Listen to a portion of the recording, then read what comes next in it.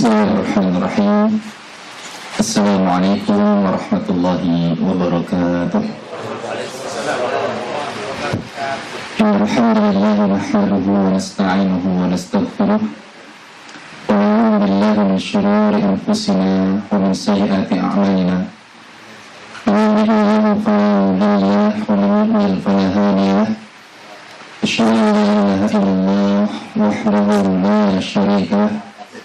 وأشهد أن محمدا عبده ورسوله لا نبي ورسول بعده اللهم صل وسلم وبارك وأنعم على نبينا وحبيبنا وقراتنا محمد وعلى آله وأصحابه ومن سار على نهجه إلى يوم الدين. أما بعد إخوة الكرام رحمني ورحمكم. Alhamdulillah, kita bersyukur kepada Allah Azza wa Jalla. Di sore hari ini kita dimudahkan oleh Allah Subhanahu wa Ta'ala untuk beristimewa di satu tempat yang mudah-mudahan Allah Azza wa Jalla berkahi kita. Waktu yang mudah-mudahan Allah Subhanahu wa Ta'ala memberikan kepada kita sebagai saksi untuk kemudian kita termasuk di antara hamba-hambanya yang berusaha meningkatkan untuk terus menuntut ilmu, sehingga dengan ilmu tersebut sebagaimana Nabi SAW katakan, man salaka tariqan yabtaghi fihi 'ilman sahhalallahu lahu bihi tariqan ila jannah, yaitu siapa yang keluar dari rumahnya dengan niat untuk kemudian mendatangi majelis-majelis ilmu, yang diharapkan dari kehadirannya di majelis ilmu tersebut adalah ridha Allah Subhanahu wa Ta'ala, ilmu yang bermanfaat, yang dapat memperbaiki keimanannya, yang dapat membantu dia untuk kemudian memperbaiki hati dan jiwanya, serta ilmu yang bisa memperbagus akhlak-akhlaknya. Maka itu semua adalah jalan-jalan yang memudahkan dia masuk ke dalam surganya Allah Subhanahu wa Ta'ala. Sehingga ilmu yang kita pelajari ikhwaskan yang azza wa yakum haruslah menjadi ilmu yang betul-betul transformatif, yaitu ilmu yang memimpin kita biidznillah ta'ala wa taufiqih, tentunya dengan izin Allah dan taufiknya, yaitu menjadikan kita hamba Allah Subhanahu wa Ta'ala yang semakin rahmah, yang semakin memiliki sifat yaitu penyayang, sebagai Allah Ta'ala memiliki. Allah Azza wa Jalla adalah Ar-Rahim Ar-Rahim, dan Allah lekatkan sifat ini kepada baginda yang mulia Nabi kita Muhammad sallallahu alaihi wasallam, sebagaimana Allah berfirman dalam Quran surah Al-Anbiya ayat 107, wa ma arsalnaka illa rahmatan lil alamin, tidaklah kami mengutus engkau wahai Muhammad melainkan keadaanmu adalah sebagai pembawa rahmat untuk semesta alam. Ikhwatul iman para hadirin rahimani wa rahimakumullah, maka sebagaimana tema kajian kita, yaitu kita akan membahas tentang jejak-jejak rahmat Rasulullah sallallahu alaihi wasallam, yang darinya nanti kita akan belajar untuk kemudian kita ikuti, kita contoh, kita teladani, karena kita adalah umat beliau yang sangat utuh dengan petunjuk-petunjuk dari beliau, petunjuk yang dengannya Allah Subhanahu wa Ta'ala rahmati kita di dunia ini, dan lebih-lebih kita berharap mendapatkan juga rahmat Allah Subhanahu wa Ta'ala di akhirat. Karena sebagaimana yang kita ketahui dan kita yakini bahwa Nabi kita SAW telah mengatakan, lain dan yang dua ahadun minkum bi'amalihi yunar, atau kama qala Nabi SAW, tidak akan selamat salah seorang di antara kalian kalau mengandalkan amalannya saja untuk kemudian terhindar dari azab api neraka. Begitu juga itu berlaku pada Nabi kita Muhammad sallallahu alaihi wasallam, illa an yataghammadani Allah bi rahmatin minhu, kata Nabi SAW, kecuali itu semua aku dapatkan karena rahmat Allah Subhanahu wa Ta'ala. Maka para hadirin dan hadirat azza wa jalla, kita akan belajar ya untuk memahami salah satunya adalah ayat tadi yang telah kita kutip, yang telah kita sebutkan, yaitu wa ma arsalnaka illa rahmatan lil alamin. Imam At-Tabari, salah seorang di antara imam ahli tafsir Al-Quran dari generasi salaf, maksudnya adalah dari generasi masuk pada abad ke-4 Hijriah atau masuk pada abad ke-3 Hijriah, karena beliau meninggal dunia pada tahun 310 Hijriah. Beliau termasuk di antara imam ahli tafsir yang para ulama sangat merekomendasikan siapapun dari kita kaum muslimin yang ingin belajar tafsir Al-Quran, ingin mengetahui tentang pemahaman Al-Quran Al-Karim dengan penjelasan-penjelasannya berdasarkan riwayat-riwayat, maka salah satu rujukan terbaiknya adalah tafsir At-Tabari. Ya. Ketika beliau menafsirkan ayat ini, beliau menyebutkan sejumlah riwayat, dan pada akhirnya kita ambil pada kesimpulan yang dikatakan oleh beliau. Beliau mengatakan, wa awlal qawlaini fi dhalika bis-shawab al-qawl alladhi ruwiya 'an Ibn Abbas wa huwa anna Allah arsala nabiyyahu Muhammadan sallallahu alaihi wasallam rahmatan li jami'il 'alamin. Pendapat yang paling kuat di dalam tafsirnya terkait ayat tadi, yaitu adalah pendapat yang diriwayatkan dari sahabat Ibnu Abbas radhiyallahu ta'ala anhu, yaitu bahwasanya Allah Azza wa Jalla mengutus Nabi-Nya SAW itu sebagai rahmat bagi seluruh alam, yaitu berlaku bagi mukminihim wa kafirihim. Nabi SAW diutus sebagai rahmat, itu berlaku baik bagi orang-orang yang beriman, begitupun berlaku bagi orang-orang yang kafir. Fa'amma mu'minuhum fa'inna Allah hadahu bihi. Adapun yang beriman, maka Allah Subhanahu wa ta'ala memberikan hidayah kepada mereka untuk beriman tersebut, dan juga hidayah untuk kemudian mempertahankan keimanannya. Orang yang diberikan hidayah kepada keimanan adalah orang yang diberikan nikmat yang sangat besar, dan kita semua yakin akan hal itu, di mana tanda cinta Allah Subhanahu wa ta'ala kepada para hambanya adalah ketika Allah Azza wa Jalla mencurahkan padanya nikmat berupa iman.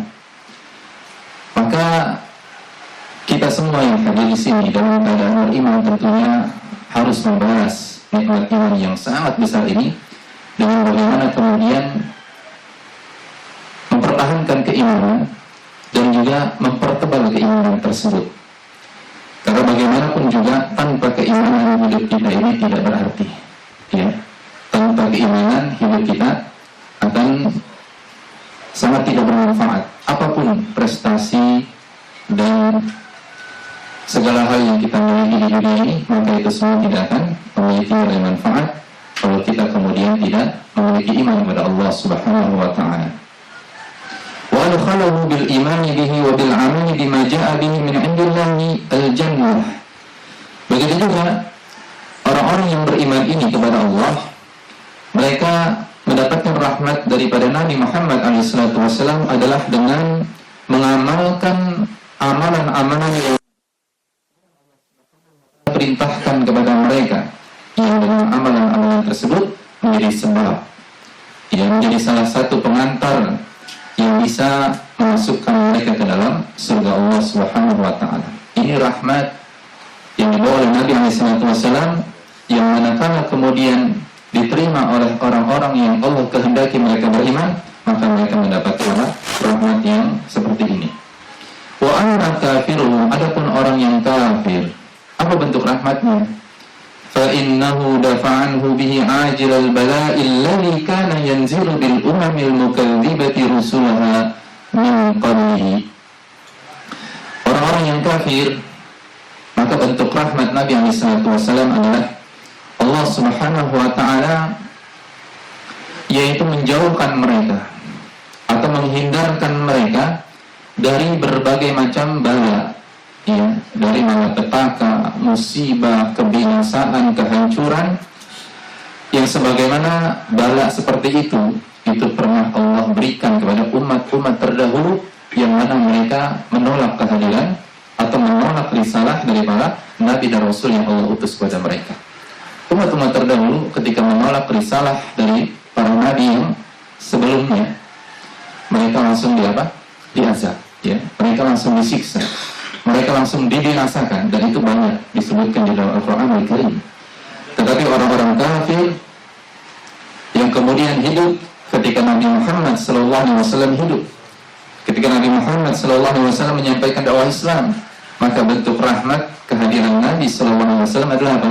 Mereka tidak langsung diazab, mereka tidak langsung dihancurkan dan dibinasakan, tetapi malah mereka diberikan kesempatan untuk terus, ya, mendapatkan yaitu panggilan-panggilan ke dalam Islam, seruan-seruan untuk kemudian menerima Islam dengan cara yang tentunya didasari atas nilai-nilai akhlak yang mulia dari Nabi kita Muhammad SAW.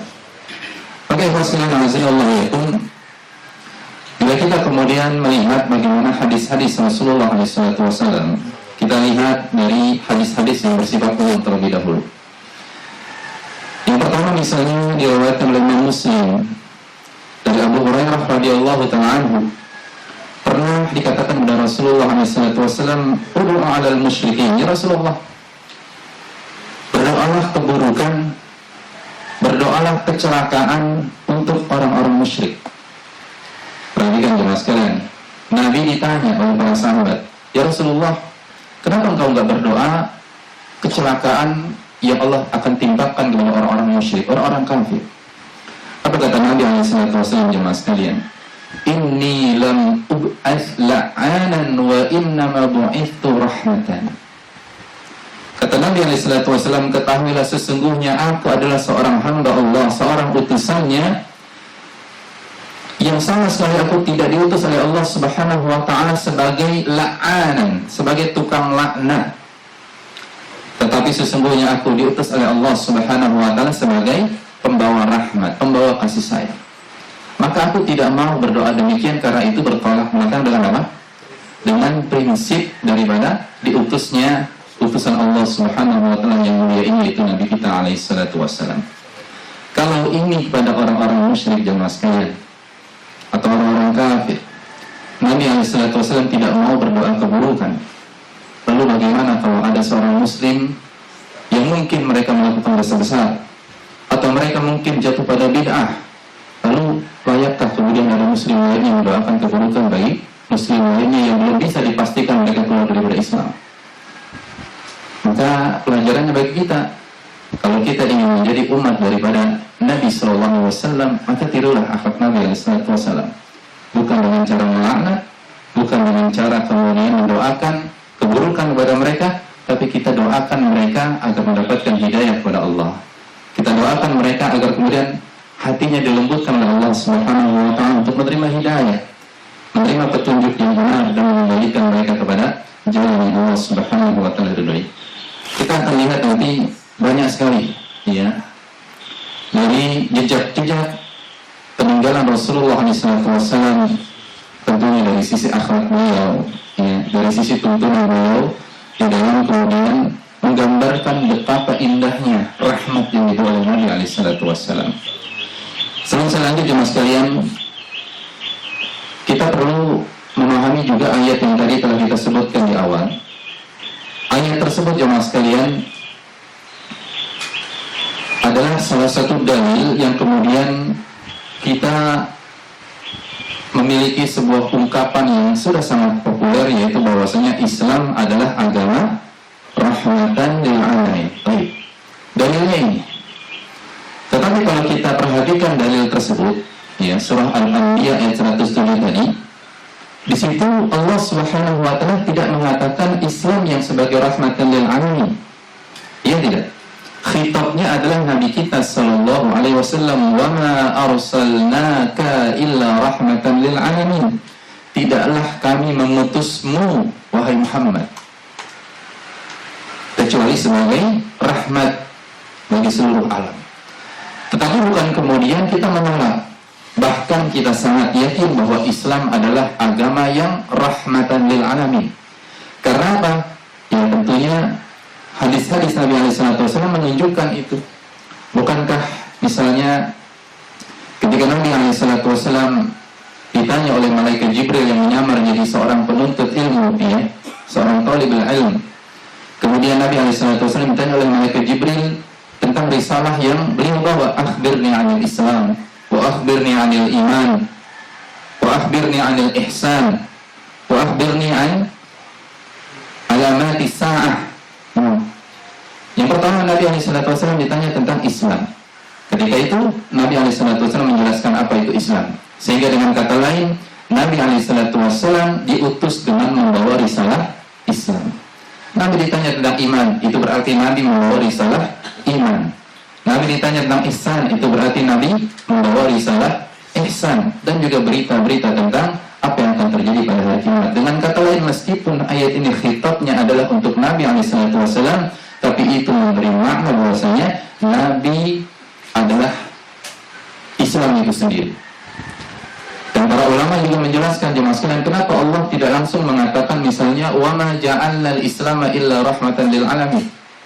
Ya, kenapa Allah Subhanahu wa taala tidak langsung mengatakan demikian? Padahal yang populer yang kita dengar adalah Islam rahmatan lil alamin.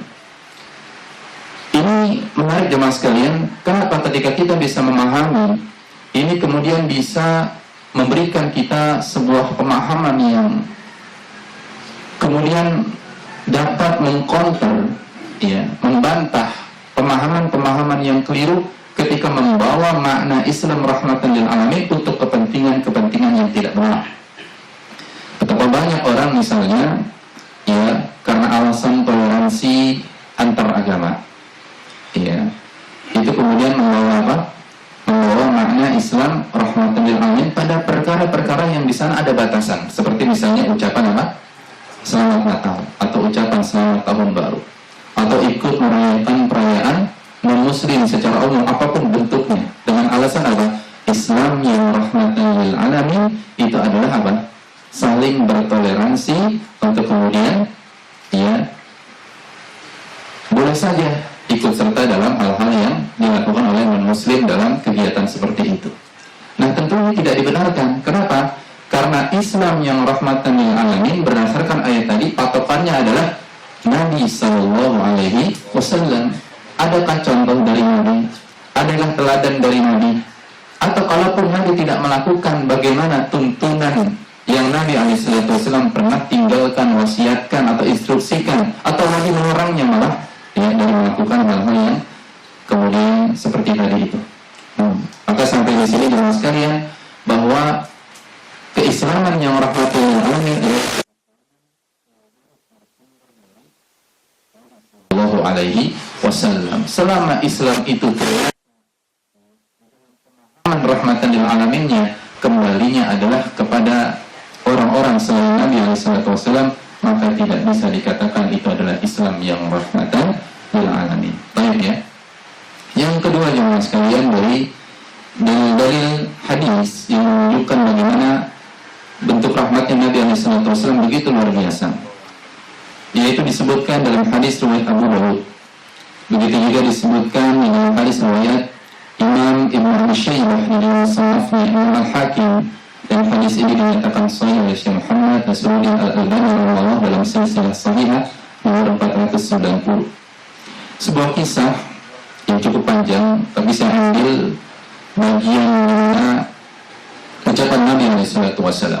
Singkatnya jemaah sekalian, bahwa Nabi SAW mengatakan, ayyuma rajulin min ummati sababtuhu sabbatan aw la'antuhu la'natan fi ghadabi fa innama ana min waladi adam abdabu kama yabdabun wa innama ba'athani rahmatan lil alamin faja'alha alaihim salatan yawmal qiyamah. Kata Nabi SAW, siapapun orang dari umatku yang mungkin pernah aku ucapkan kata-kata yang tidak baik kepadanya, kata-kata yang kemudian dalam tanda kutip mungkin kasar, dia mendapatinya seperti itu, kata-kata yang tidak mengenakan, atau bahkan aku pernah melaknatnya, yang yang aku laknat dia atau yang aku ucapkan kata-kata yang tidak baik tersebut ketika kondisi marahku. Karena Nabi SAW sebagaimana manusia biasa, sebagaimana kita jemaah sekalian tentu punya apa? Ya, punya sisi emosional juga. Ya, terkadang beliau bisa marah dan tentu marahnya beliau tidak lebih banyak daripada marahnya kita, betul ya? Betul ya? Nah, kalau kita mungkin lebih banyak marahnya daripada lebih banyak apa? Ya, sabarnya, gitu. Tetapi di sini Nabi sendiri mengatakan demikian. Dan hadis ini, ya, kalau kisah lengkapnya memang diceritakan dari riwayat Hudzaifah bin Yaman yang menceritakan bahwa Nabi SAW pernah marah kepada sebagian para sahabat. Maka kemudian apa kata Nabi SAW? Fa inna ana min waladi Adam. Aku ini anak keturunan Adam. Ya, artinya secara umum sebagaimana manusia pada umumnya. Kama yaghdabun, aku bisa marah. Aghdabu kama yaghdabun, aku bisa marah sebagaimana mereka juga marah. Akan tetapi Allah Azza wa Jalla mengutusku adalah sebagai rahmatan lil alamin, yang penebar kasih sayang kepada seluruh alam semesta. Maka jadikanlah setiap orang yang kemudian pernah aku cela, pernah aku katakan sesuatu yang tidak bagus untuknya, maka aku memohon kepada Allah Subhanahu wa taala agar setiap celaanku kepadanya itu kemudian berubah menjadi kebaikan, menjadi rahmat bagi orang yang aku cela tadi. Masya Allah. Artinya apa teman sekalian? Nabi melakukan hal demikian bukan karena keinginan ia berbuat buruk kepada umatnya, tapi justru kalau itu beliau lakukan, ya, karena sifat kemanusiaan beliau berharap itu justru menjadi kebaikan buat siapa? Buat umatnya. Ya, tentunya dengan harapan umatnya kemudian apa? Sadar, ya, dan bisa kemudian memperbaiki dirinya sehingga mendapatkan rahmat Allah Subhanahu wa taala yang besar. Yang berikutnya jemaah sekalian melakukan Allah, Nabi kita alaihissalam bahkan menyatakan dirinya adalah sebagai Nabi yang memang pembawa rahmat. Dalam hadis riwayat Muslim disebutkan dari sahabat Abu Musa al-Asy'ari radhiyallahu ta'ala anhu, Nabi kita alaihissalam itu punya nama-nama lain. Nah, jemaah sekalian pernah dengar nggak? Ada nama-nama lain Nabi Sallallahu Alaihi Wasallam.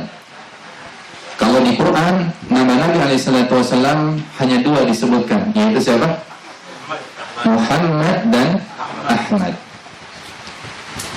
Kalau saya tanya lebih jauh, nama Nabi yang Muhammad ini di surah apa saja disebutkan? Ini sering kita dengar kan? Kita sering ngaji ini. Wah, kita kenal nama Muhammad, tapi di surah apa saja? Ini mungkin yang jarang diungkap. Nah, surah apa? Yang pertama surah Muhammad, ayat ke berapa? Ayat kedua, sahih, Masya Allah. Bisa dibacakan, Pak? Bisa? Silakan.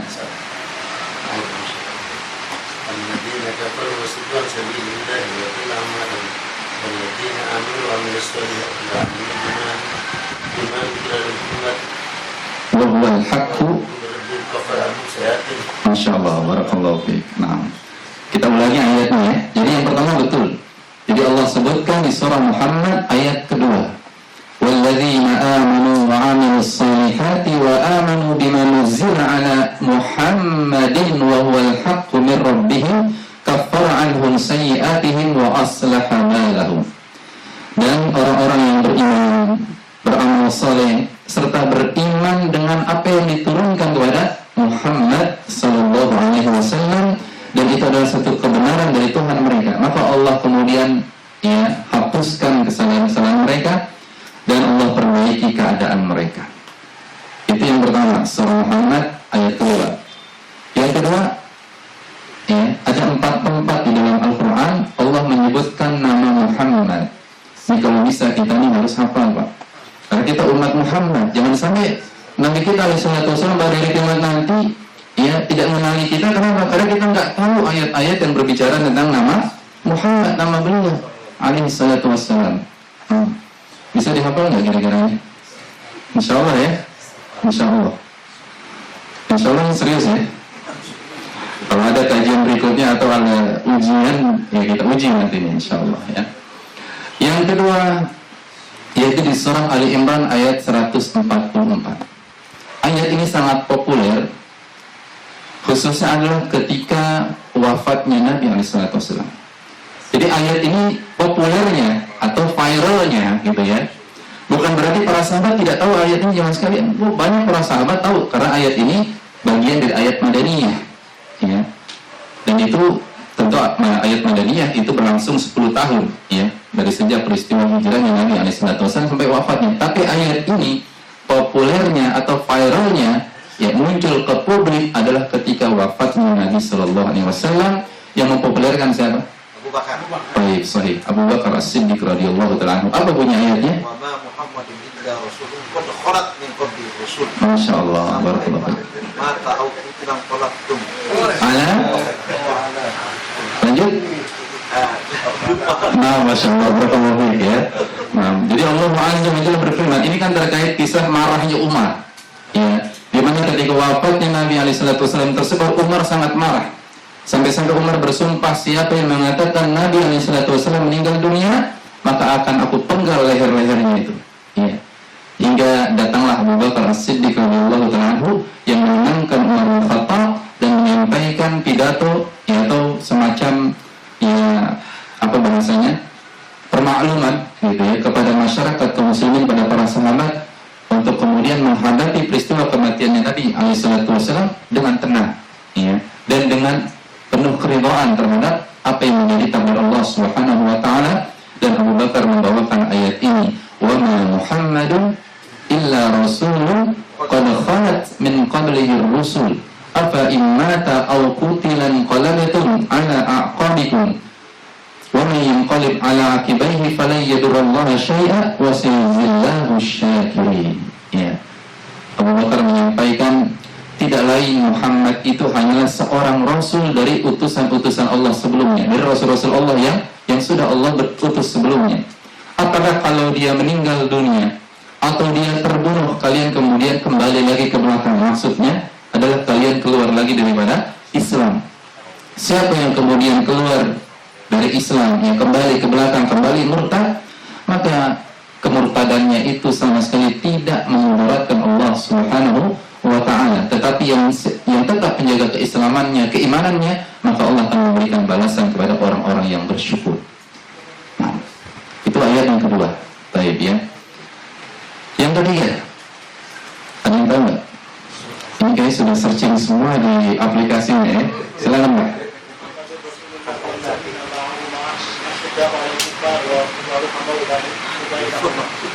Baik.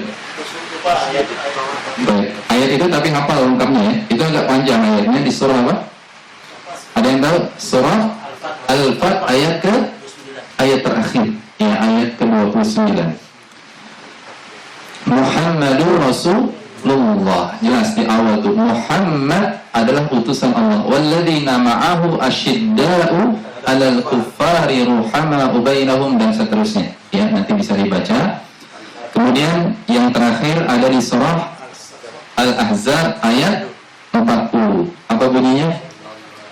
Maka Muhammadun aba ahadin min rijalikum walakin Rasulullahi wa khataman nabiyyin wa kana Allahu bikulli syai'in alima. Muhammad itu bukanlah bapak dari salah seorang di antara kamu, melainkan dia adalah Rasulullah dan nabi yang menutup nabi-nabi yang sebelumnya.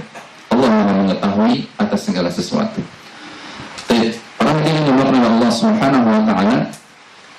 Maka kalau kita lihat Nabi SAW mengatakan ana Muhammad wa ana Ahmad wa ana al-Muqaffi wa ana al-Hashir wa ana nabiyyur rahmah wa ana nabiyyut taubah. Ya, kalau kita kumpulkan beberapa dalil hadis yang sahih, maka Nabi SAW selain punya nama Muhammad dan Ahmad, itu juga punya nama apa? Tadi yang kita sebutkan Nabiyyur Rahmah. Ya. Akan tetapi kalau kita bicara dalam konteks nama Rasulullah SAW sebagai manusia yang dikenali dari sejak lahirnya di bangsa Arab, ya, adalah nama yang diberikan kakeknya Abdul Muthalib, yaitu ya Muhammad. Adapun nama-nama lain yang kemudian Nabi SAW katakan demikian, itu adalah bagian dari memunculkan sifat beliau yang beliau bawa dari dirinya sendiri, ya, atau sifat yang memang Allah tetapkan ada pada diri Nabi SAW, bahwa Nabi adalah al-Muqaffi, maksudnya adalah Nabi menutup, ya, para nabi-nabi sebelumnya. Nabi juga adalah al-hasyir, ya, bahwasanya kehadiran beliau itu kemudian mengumpulkan seluruh manusia untuk masuk ke dalam Islam. Bahkan nanti pada hari kiamat seluruh manusia beriman dari umat yang pertama sampai umat yang terakhir itu akan berlomba-lomba untuk mencari syafaat Nabi Muhammad SAW. Begitu juga beliau menyebut dirinya dengan Nabi Taubah. Nabi Taubah artinya seorang Nabi yang selalu menyampaikan kepada seluruh manusia untuk semangatlah di dalam bertobat.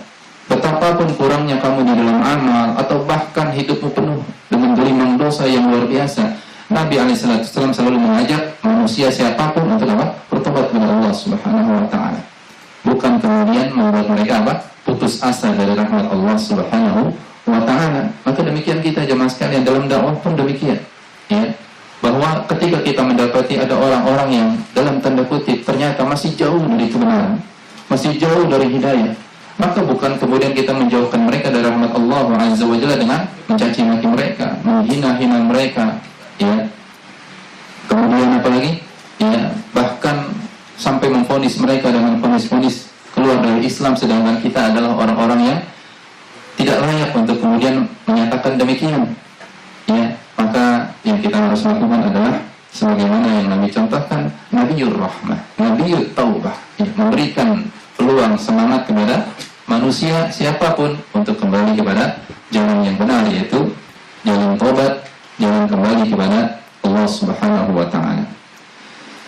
Nah, kemudian para hadirin yang dimuliakan oleh Allah Subhanahu wa Ta'ala, ada faedah yang menarik, yaitu selain nama Muhammad ada juga nama Ahmad di dalam Al-Quran. Ya. Allah sebutkan di surah apa nama Ahmad tadi? Surah As-Saff ayat ke berapa? Ayat ke-6. Nah, apa bunyinya? Silakan, ada yang bisa bacakan? Nama Ahmad yang Allah sebutkan dalam surah As-Saff adalah nama yang disebut oleh Nabi Isa alaihissalam. Wa idh qala Isa bin Maryam ya bani Israila inni rasulullah ilaikum musaddiqan lima baina yadayya minat taurati wa mubashiran bi rasulin ya'ti min ba'di ismuhu Ahmad. Falamma ja'ahum bil bayyinati qalu hadza sihrun mubin. Ingatlah ketika Isa bin Maryam berkata kepada kaumnya, wahai kalian Bani Israel, aku adalah utusan Allah, aku adalah Rasul Allah bagi kalian, di mana aku datang untuk kemudian membenarkan kitab yang turun sebelumku, yaitu kitab Taurat. Dan aku juga datang untuk mubasyirah, kata Allah Azza wa Jalla, atau kata Nabi Isa alaihissalam, ya, yaitu untuk memberikan kabar gembira kepada kalian akan kedatangan seorang Rasul setelahku nanti yang namanya adalah Ahmad. Apa faedah yang kita ambil jemaah sekalian? Nama Nabi kita alaihissalam yang populer adalah apa? Muhammad tadi. Kenapa pada ayat ini Nabi Isa alaihissalam menyampaikan berita kehadiran Rasul terakhir tidak menyebut dengan nama Muhammad tapi dengan nama Ahmad? Kira-kira apakah ini kemudian terjadi semacam kontradiksi? Nabi yang lahir namanya adalah Muhammad, yang diberi nama oleh kakeknya Abdul Muthalib dengan nama Muhammad, dan itulah nama yang dikenal oleh bangsa Arab. Ketika sampai berita kelahiran seorang yang bernama Muhammad, ya, dengan berbagai macam keistimewaannya, diketahui oleh orang-orang Yahudi. Apa kata-kata orang Yahudi? Ya, menurut apa yang disampaikan oleh Nabi kami, yaitu Nabi Isa alaihissalam, namanya adalah Ahmad, tapi yang datang adalah Muhammad, maka itu orang yang berbeda, kata orang Yahudi, ya. Makanya kemudian jemaah sekalian ini menarik, Syekh Muhammad bin Shalih Al-Utsaimin rahimahullah, yang mana beliau wafat pada tahun 1421 Hijriah, ya. Beliau menjelaskan ini, kalau kita dapati penjelasan beliau terkait nama Ahmad ini, ya, kenapa Nabi Isa menyampaikan nama Ahmad sedangkan yang dikenal oleh bangsa Arab yaitu nama Muhammad. Ini disebutkan di dalam syarah Manzumah Al-Baitiyah, ya, pada halaman 23 dan 24 oleh Syekh Muhammad bin Shalih Al-Utsaimin. Kata beliau, "Anallah Ta'ala auha ilaihi ay Isa bin Maryam bidzalika lisababain." Bahwasanya Allah Subhanahu wa taala mewahyukan kepada Nabi Isa alaihissalam bahwa akan datang nabi yang setelahnya, yaitu nabi yang bernama Ahmad, itu karena dua sebab. Yang pertama adalah likai yubayyin Bani Israel anna Nabi sallallahu alaihi wasallam huwa ahmadun nas wa afdaluhum. Yang pertama adalah Nabi Isa alaihissalam diperintahkan oleh Allah untuk menyampaikan bahwa Rasul yang terakhir namanya Ahmad, untuk mengabarkan kepada Bani Israel bahwa Rasul itu adalah manusia yang paling terpuji, adalah manusia yang paling utama, ya, Rasul yang paling baik dari semua Rasul-Rasul yang lainnya. Itu yang pertama. Jadi disebut Ahmad, karena kata Ahmad itu kan adalah bentuk isim tafdil, ya, dari kata hamida yahmadu hamdan. Isim tafdil itu artinya apa? Ya, isim yang tadi kan disebutkan menunjukkan makna lebih, ya, ada makna keutamaan daripada yang lainnya. Itulah yang kemudian kita sering sebut afdol. Kata-kata afdol itu isim tafdil sebenarnya, ya. Ini kalau nggak afdol, nah gitu kan, ya, kayaknya kalau pengajian nggak ada apa makanannya kurang afdol, nah misalnya begitu, ya. Misalnya ini kan wallahu alam, ya, anda nggak tahu apakah memang nggak ada makanan atau biasanya gimana, ya, Allah alam. Ini kata orang di luar sih, ya, bukan kata kita, ya. Nah, kata orang di luar, kalau pengajian nggak ada makanannya, nggak ada snack-snacknya, katanya kurang afdol. Nah, itu isim tafdil tuh, afdol tuh. Nah, jangan diambil hati, ya. Ini intermezzo, nggak ada serius-seriusnya, ya. Yang seriusnya pas kita baca dalilnya, ya. Nah, Masya Allah.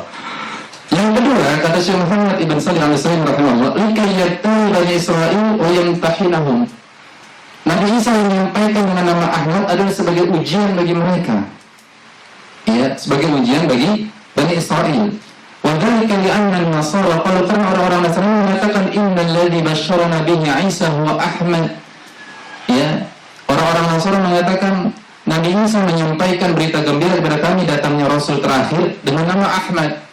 Sedangkan yang datang kepada bangsa Arab itu namanya Muhammad. Maka mereka kemudian tidak mau langsung beriman pada Muhammad karena menurut mereka ini orang yang berbeda.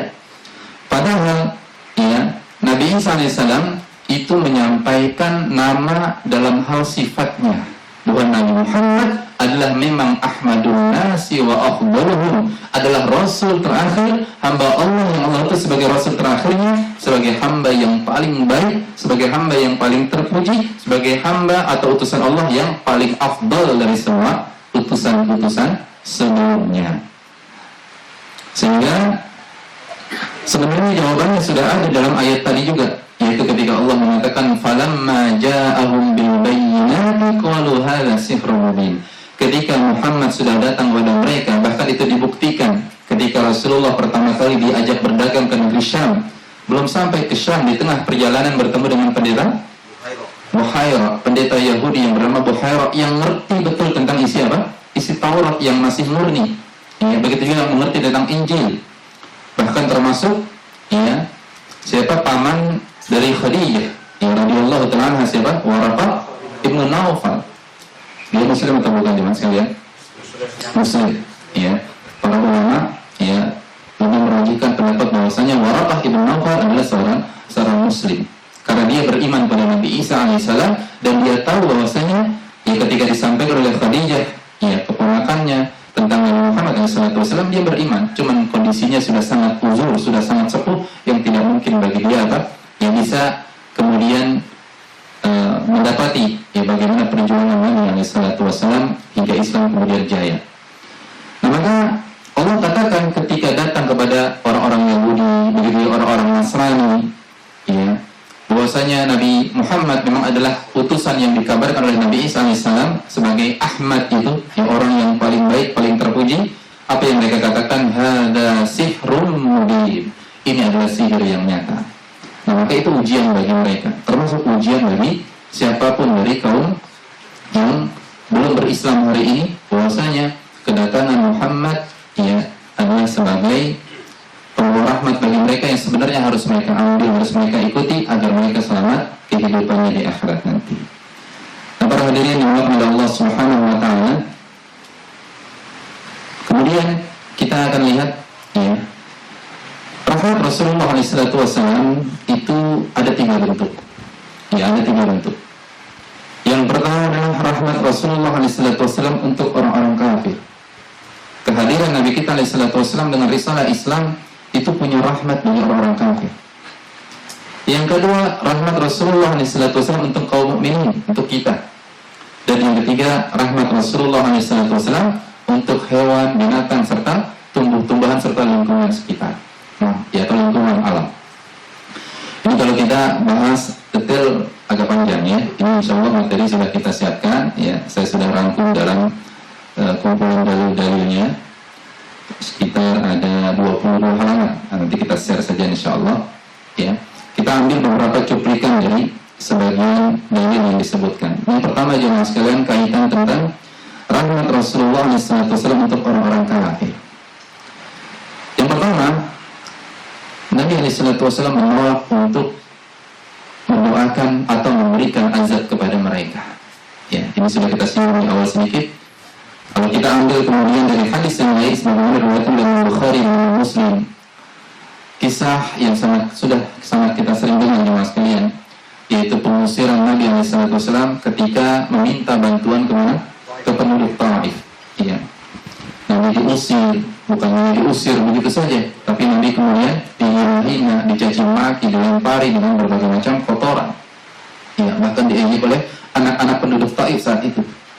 Kira-kira kalau itu terjadi pada seorang dai di tempat kita yang sudah sangat terkenal di negeri kita, caci maki, dihina-hina, bagaimana keadaannya?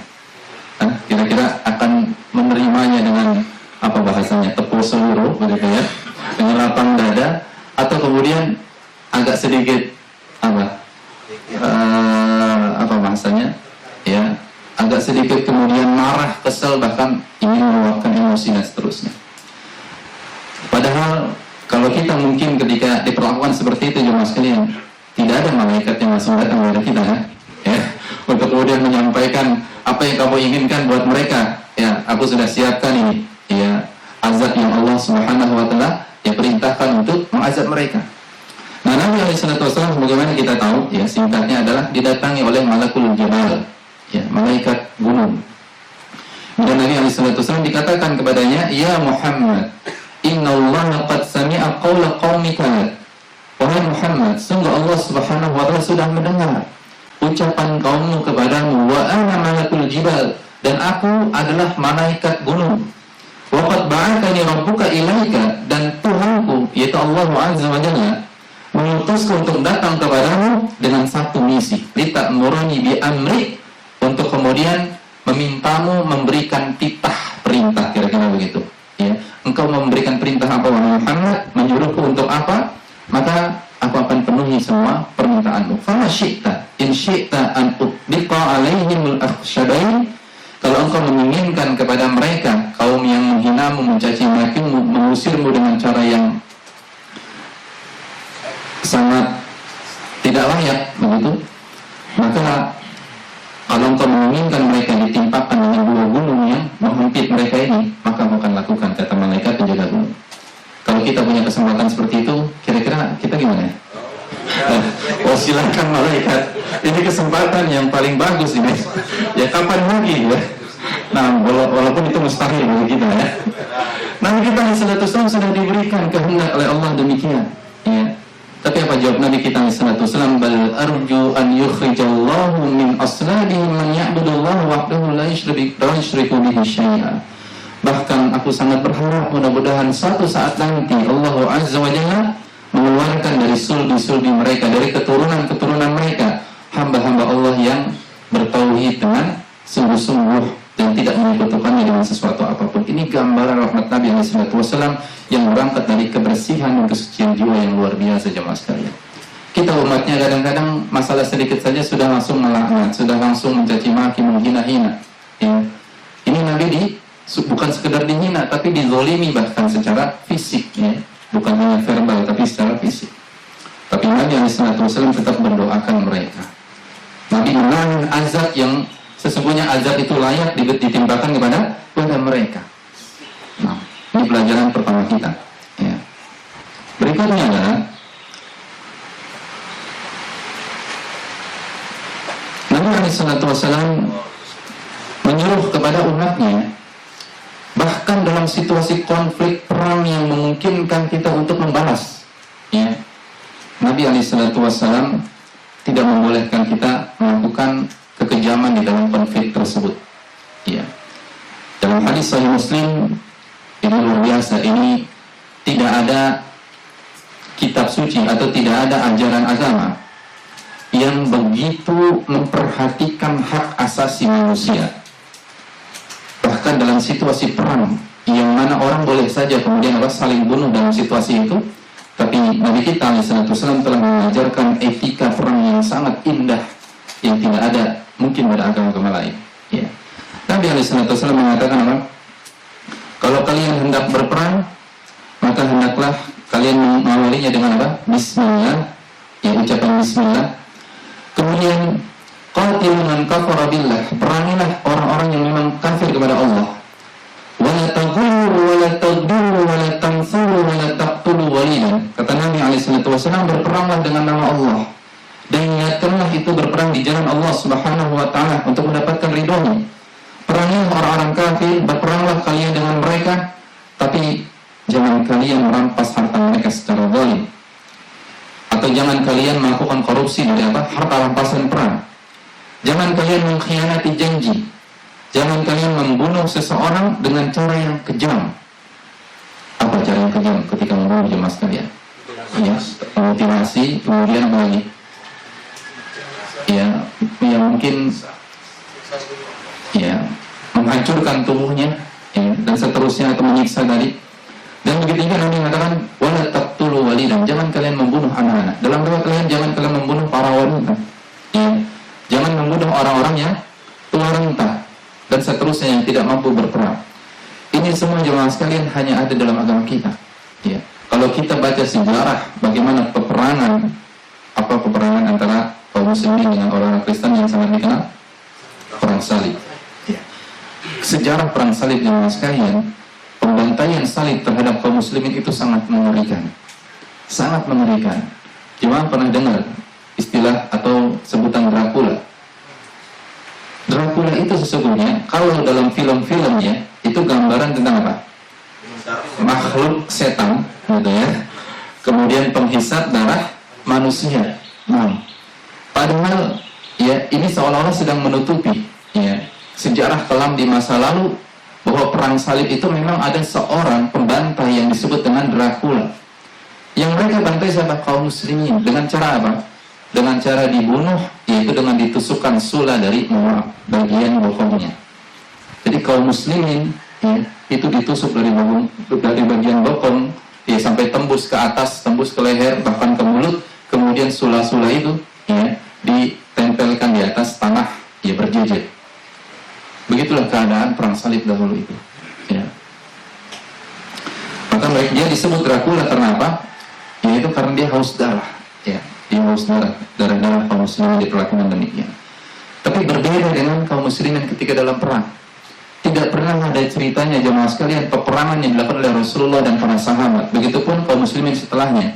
Ketika perang kemudian apa? Melakukan pembantaian seperti itu kepada yang berbeda dengan mereka atau lawan-lawan mereka. Tidak. Nah, maka ini menunjukkan rahmat Nabi SAW bahwasanya Islam tidak pernah bersifat apa? Ya, kejam kepada yang berbeda. Tetapi yang digambarkan justru ya kita kejam. Tapi memang kita harus pahami ada sebagian oknum ya yang kemudian berpikiran di luar batas, yang kemudian kita kenal mereka orang-orang yang berpaham khawarij, berakidah khawarij, yang mereka ini kemudian menjadi benalu-benalu di dalam tubuh umat Islam, yang seolah-olah kemudian mereka berjuang di jalan Allah, tapi sesungguhnya mereka sedang apa? Merusak citra Islam itu sendiri, citra kerahmatan Nabi Muhammad sallallahu alaihi wa ala alihi wasallam. Baik, kita sampai jam berapa ini? Nah, sudah berapa jam kita ini sampaikan? Baik, masih ada waktu ya? Baik, alhamdulillah. Yang lainnya jemaah sekalian, ini banyak sekali ya. Kalau kita lihat jemaah sekalian, rahmat Nabi untuk orang-orang kafir itu sangat banyak dalilnya, sangat banyak. Yang menunjukkan apa? Islam Islam itu selalu mendahulukan apa? Kasih sayang kepada yang berbeda agama sekalipun. Maka bagaimana kalau itu perbedaan hanya di dalam lingkup umat Islam itu sendiri? Ya. Yang berikutnya adalah Nabi SAW kepada orang kafir itu tidak membalas sikap kasar mereka dengan sikap kasar yang sama. Padahal Nabi bisa saja melakukan, karena itu pada kondisi Nabi sudah berada pada keadaan di mana kaum muslimin punya kekuatan, ya, punya pemerintahan. Tetapi Nabi SAW membalasnya dengan kelemah lembutan dan bahkan pemaafan. Sebuah hadis yang diriwayatkan oleh Imam Ibnu Hibban yang di dalam sahihnya. Kemudian Imam Al-Hakim di dalam Al-Mustadrak yang mengatakan hadis ini adalah hadis sahih menurut riwayat atau menurut syarat Imam Muslim. Kemudian juga Imam Al-Zahabi yang mengatakan hadis ini sebuah kisah dari seorang Yahudi yang bernama Zaid bin Si'nah.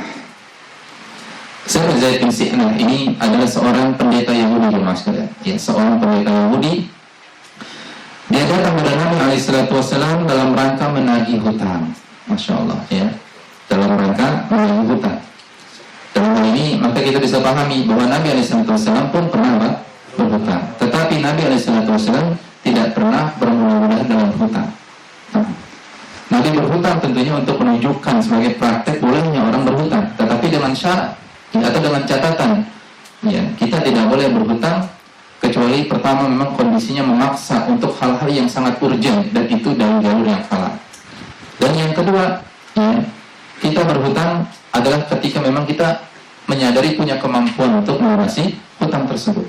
Ya, bukan kemudian berhutang dalam rangka apa? Gaya-gayaan.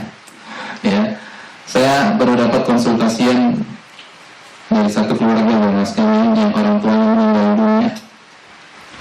Awalnya konsultasi masalah waris, belum lanjut ke sini sedikit ini ya, sebagai faedah. Awalnya konsultasi masalah waris, karena yang meninggal ini punya aset tanah seluas 25 ar, lumayan besar itu ya. 25 ar kalau kali satu arnya berapa? 50 juta saja, ya, atau 100 juta itu berapa tuh? 2,5 M, Masya Allah itu. Meninggalkan 5 anak perempuan, kemudian 1 istri dan beberapa saudara laki-laki dan juga perempuan. Mereka ini ahli waris, ya, jelas mereka mendapatkan hak waris. Namun di balik dari masalah waris itu diceritakan lebih lanjut, ternyata datanglah beberapa orang, ya, ke ahli waris ini menyampaikan bahwa si mayit itu punya hutang yang nilainya nggak sedikit, sampai ratusan juta, disebutkan sekitar 290 juta. Alhamdulillah. Belum lagi datang dari yang lain dan seterusnya. Nah, setelah diselidiki lebih jauh ya sekalian, ternyata yang meninggal ini, ya, dia ketika hidupnya memang adalah bukan sekedar berhutang untuk dirinya, tapi dia, mohon maaf ya, mungkin seperti maklar hutang jadinya. Jadi begini, dia hidup, dia pinjam hutang dari orang. Anggaplah dia pinjam hutang 500 juta dari orang. Uang yang dia pinjam 500 juta itu, dia pinjamkan lagi ke orang yang lain, ke pihak A, B, C, dan D. Bagaimana cara dia mengembalikan hutang yang 500 juta dengan bunganya, ya? Maka dia ambil keuntungan dari hutang yang dia hutangkan lagi kepada si A, B, C, dan D seterusnya itu. La haula wala quwwata illa billah. Hingga kemudian ya para penagih ini datang setelah meninggal dunia, ya, karena ternyata mengklaim bahwasanya hutang-hutangnya belum lunas. Ini bahayanya hutang ya, apalagi hutang seperti MLM itu ya. Itu kan hutang MLM seperti tadi itu, ya. Ambil hutang tapi untuk apa? Ngambil keuntungan dari hutang seperti itu. Nah, kita semua sudah tahu bagaimana nasib para penghutang yang meninggal dunia, yang hutang belum terbayar, yang Nabi SAW tidak menghormatinya, ya, tidak mendoakannya, dan orang yang seperti ini tentu akan sangat berat menghadapi ya fitnah di dalam kubur. Nah, kita kembali jemaah sekalian. Maka Zaid bin Si'nah menagih hutang Nabi SAW sambil memegang kerah baju beliau, ya, seperti orang yang mau mukul, ya, di apa nih? Seperti kan ya, ditarik genggamannya, ya, leher kerah Nabi SAW itu, sambil berkata dengan kasar, ya, dan wajahnya menunjukkan wajah orang yang ya apa namanya, yang keras gitu ya, yang sedang marah, dia mengatakan begini, ya Muhammad, ala taqdi li daini, wahai Muhammad, kenapa kau gak melunasi hutangmu? Sesungguhnya kalian, fa innakum ya bani Abdul Muttalib qaumun muqallun, kata orang Yahudi ini, Zaid bin Si'nah, sesungguhnya kalian Bani Abdul Muttalib, keturunan Abdul Muttalib, adalah orang-orang yang suka menunda pembayaran hutang. Jemaah sekalian, orang Yahudi ini, seandainya dia berkata penagihan hutangnya ini hanya kepada Nabi SAW, mungkin Nabi masih memakluminya, masih bisa menerimanya. Tapi dia mengungkit apa? Keluarga besar. Ya, mengatakan apa? Kalian Bani Abdul Muttalib. Artinya kami mengeneralisir ya, semua yang menjadi keturunan daripada Bani Abdul Muttalib atau keluarga besarnya Nabi SAW. Kita sekarang, kalau ada orang seperti itu, dia urusannya sama kita nih, tapi dia kemudian mengatakan kalian dan keluarga kalian semuanya sama saja.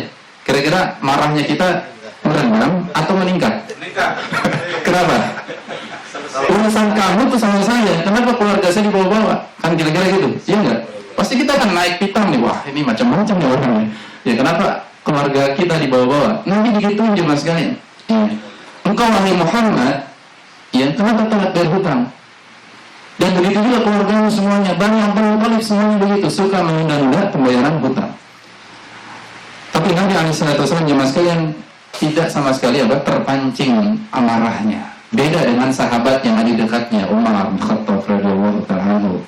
Umar sudah jangankan ya dia mengatakan seperti itu Yahudi ini, ketika Yahudi ini langsung memegang kerah lehernya Nabi SAW saja, itu sudah sangat membuat Umar marah, sampai Umar mengatakan apa? Ya Allah, wahai musuh Allah, ataqulu Rasulullah SAW ma asma'u wa taf'alu bihi ma ara. Wahai musuh Allah, kok bisa-bisanya engkau melakukan apa yang telah engkau lakukan ini kepada utusan Allah Subhanahu wa ta'ala, dan kalau engkau berbuat dengan perbuatan yang kasar seperti itu. Kemudian Umar mengatakan, demi Allah, fawalladzi ba'atsahu bil haqq, demi Allah yang mengutus Nabi Muhammad SAW dengan kebenaran, laula ma uhadiru lawmahu ladarabtu bisayfi ra'sa, seandainya aku tidak khawatir, tidak takut dengan celaan Nabi SAW, aku sudah penggal lehermu ini. Ya, enggak pakai minta izin, aku penggal langsung. Ya, dalam keadaan kau berdiri, tebas. Itu prinsipnya Umar, ya kan? Tapi Umar menahan dirinya untuk tidak melakukan demikian apa? Takut dicela Nabi SAW. Ya, takut dicela oleh Nabi SAW. Kita kan kadang-kadang begitu juga, tuh. Ya. Ada seorang ustadz barangkali mungkin dihina, dicela pengikutnya kan, yang apa? Yang sudah marah duluan, gitu ya.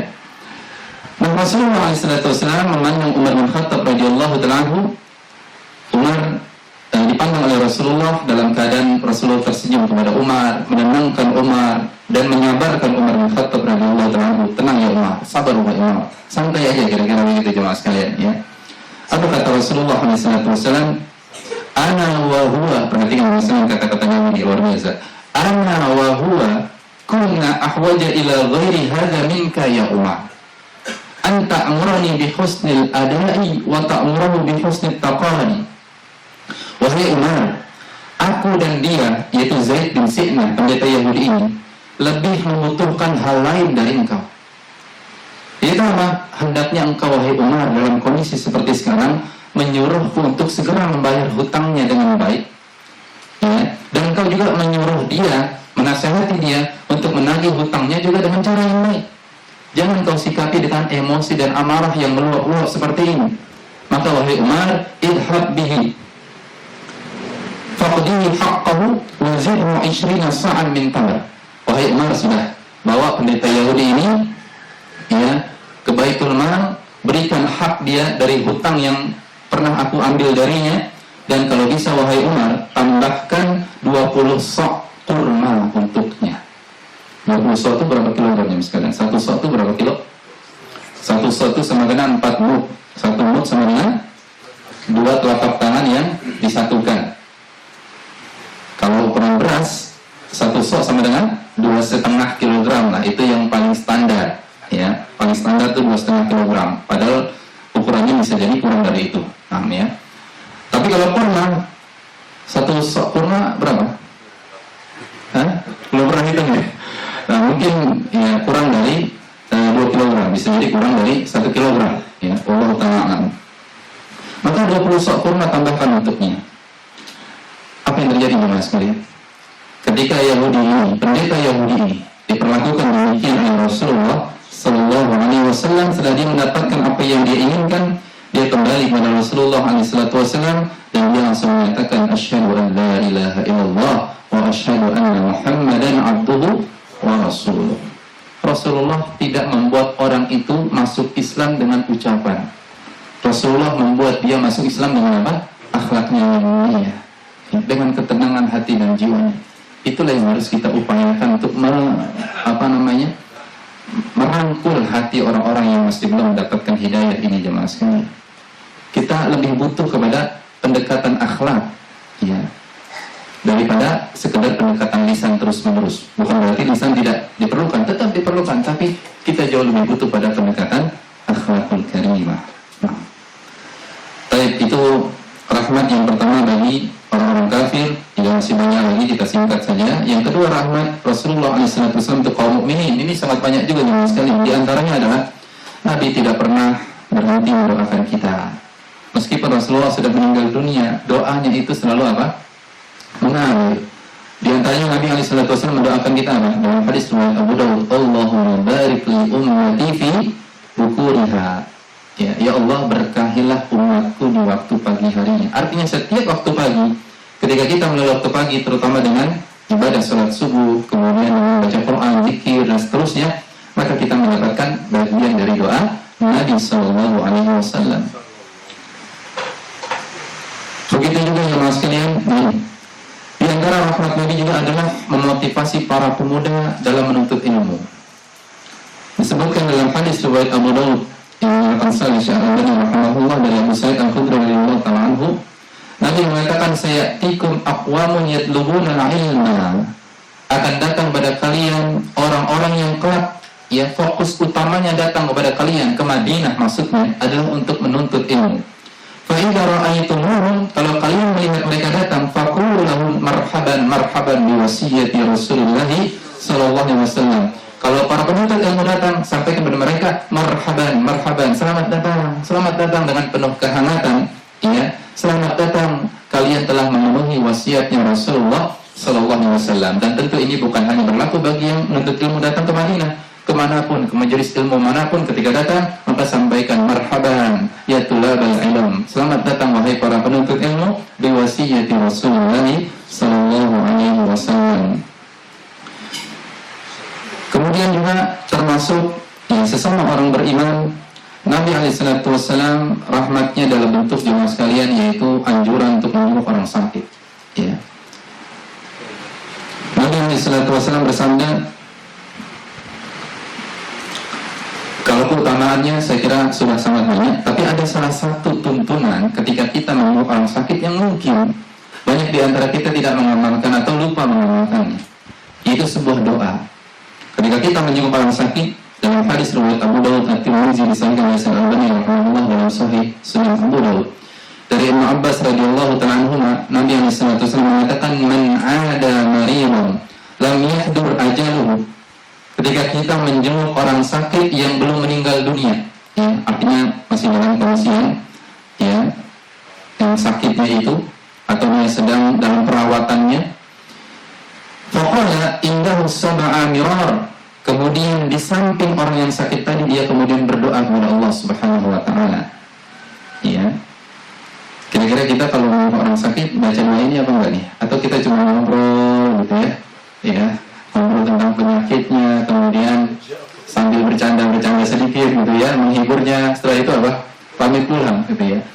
Nabi mengatakan kalau dia membaca doa berikut minimal 7 kali disebutkan, As'alullahal azim Rabbal arsyil azim an yashfiyaka illa afahu Allahu min dalikal marad. Mengucapkan doa itu ketika menyembuh orang sakit, As'alullahal azim Rabbal arsyil azim an yashfiyaka, aku memohon kepada Allah Subhanahu wa ta'ala yang maha agung, Rabbal arsyil azim, Rabb pemilik arsy yang agung, an yashfiyaka, untuk menyembuhkanmu dari penyakitmu ini, sebanyak 7 kali ya. Nabi menyebutkan 7 kali. Jemaah mengucapkannya berapa kali biasanya? 3 kali. Ya, di sini disebutkan 7 kali. Maka Allah menyembuhkan orang tersebut dari penyakitnya, bi'idnihi tentu. Tapi ini di antara sunnah, ya. Bagaimana tuntunan Nabi SAW ketika kita memeluk saudara kita yang sakit, tidak hanya membawakan buah-buahan dan duit, gitu ya, tapi bawa juga doa yang kita hafal dan kita baca 7 kali di sisinya, dan kemudian mudah-mudahan itu menjadi sebab Allah sembuhkan penyakit dia. Dan terakhir, ya, rahmat Rasulullah untuk hewan dan tumbuhan ini juga sudah sangat banyak jemaah sekalian. Ya, kita ambil salah satunya saja. Terkait hewan misalnya, Nabi SAW mengecam sebagaimana hadis yang sudah sangat populer, yaitu perbuatan orang-orang yang apa? Menyiksa binatang. Ya. Hadis yang paling populer itu tentang kisah penyiksaan apa? Penyiksaan kucing. Ya, seorang wanita yang menyiksa kucing. Maka wanita tersebut kemudian masuk ke dalam api neraka karena sebab perbuatannya demikian. Maka ini secara tidak langsung memberi pesan bahwasanya ketika Nabi mengecam perbuatan penyiksaan pada binatang sebagai sebab masuk neraka, maka rahmat Nabi SAW, Nabi tidak menginginkan adanya apa? Keburukan dialami oleh hewan-hewan. Ya. Dan yang terakhir terhadap lingkungan, dalam hadis riwayat Abu Daud, Nabi SAW mengatakan dari Mu'adz bin Jabal radhiyallahu anhu, "Ittaqul mala'ina tsalatsah." Ya, hindarilah kalian 3 tempat yang terlaknat.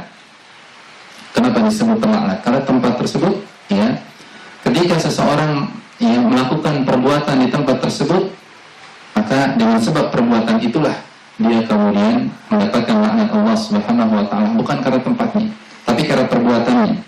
Yaitu apa? Al-muraza fil mawaridi. Yang pertama adalah yaitu buang air di tempat yang menjadi sumber mata air atau menjadi sumber air. Yang kedua, waqari'atit thariq, yaitu buang air di jalanan, ya, jalan umum. Dan yang ketiga, wadhilli, buang air di tempat-tempat di mana orang-orang berteduh di bawahnya, ya, di bawah bayangan apa? Gedung misalnya, di bawah pohon, ya. Dan kita masih menyaksikan ya mas kalian, ada orang-orang seperti ini, ya, masih ada orang-orang seperti ini, ya, yang tanpa penjelasan lalu dia melakukan apa? Buang air di sumber air, atau buang air di pinggir jalan, atau buang air di tempat-tempat di mana orang-orang kemudian berteduh. Kalau di orang gila mungkin kita masih memahami, tapi kalau di orang normal, ya, maka itu sesuatu yang sangat aneh terjadi dan sangat, ya, tidak dibenarkan. Tapi para hadirin yang dirahmati Allah, demikian ya sebagian penjelasan kita terkait bentuk-bentuk rahmat Nabi SAW. Pelajaran pentingnya adalah mudah-mudahan kita bisa mengikutinya, mengadaninya, ya, untuk kemudian kita pun menjadi pembawa rahmat ajaran Nabi SAW kepada seluruh alam dalam kehidupan kita ini. Demikian, wassalamualaikum warahmatullahi wabarakatuh wa ala alihi wa sahbihi wa sallam wa akhiru da'wana alhamdulillahi rabbil alamin. Wassalamualaikum warahmatullahi wabarakatuh. Baik, untuk sesi tanya jawab bebas ya, mungkin kamera nggak perlu dihidupkan.